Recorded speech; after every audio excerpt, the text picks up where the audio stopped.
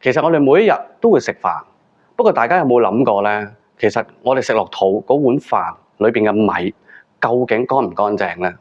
其實米之所以晶瑩通透、白雪雪，係因為喺加工嘅過程裏邊會添加咗大量嘅潔白劑。所以今日咧，我會做一個小小嘅測試俾大家睇下。喺面前咧，我哋預備咗2份米。咁我哋有2隻杯，每個杯咧，我哋各加3羹嘅米。咁跟住咧，我哋就會用2隻唔同嘅水，分別同佢做一個清洗，就好似我哋屋企洗米咁樣，睇下出嚟有咩分別啦。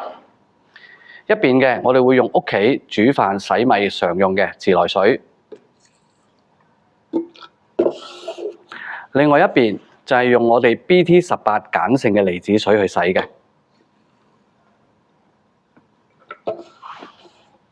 好啦，咁平時我哋洗米咧，我哋會攪佢啦。呢杯我哋都攪下佢啦。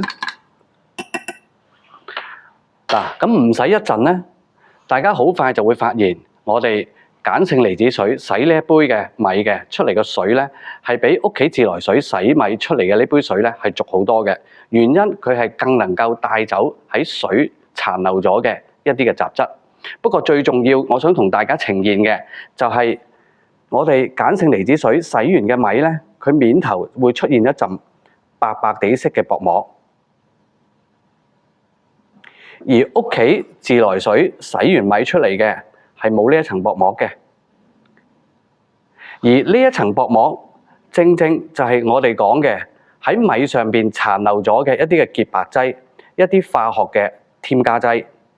咁如果我哋每一日我哋用我哋 BT18 鹼性離子水去洗我哋嘅米嘅話咧，呢一層表面嘅一啲潔白劑同埋一啲殘留嘅一啲化學嘅添加劑，我哋就唔會飲落個身體裏邊啦。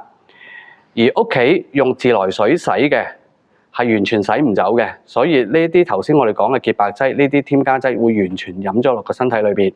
咁所以經過呢個測試之後，大家就會識揀用啲乜嘢水去洗米，係對你嘅身體、對你屋企人嘅身體係最好嘅。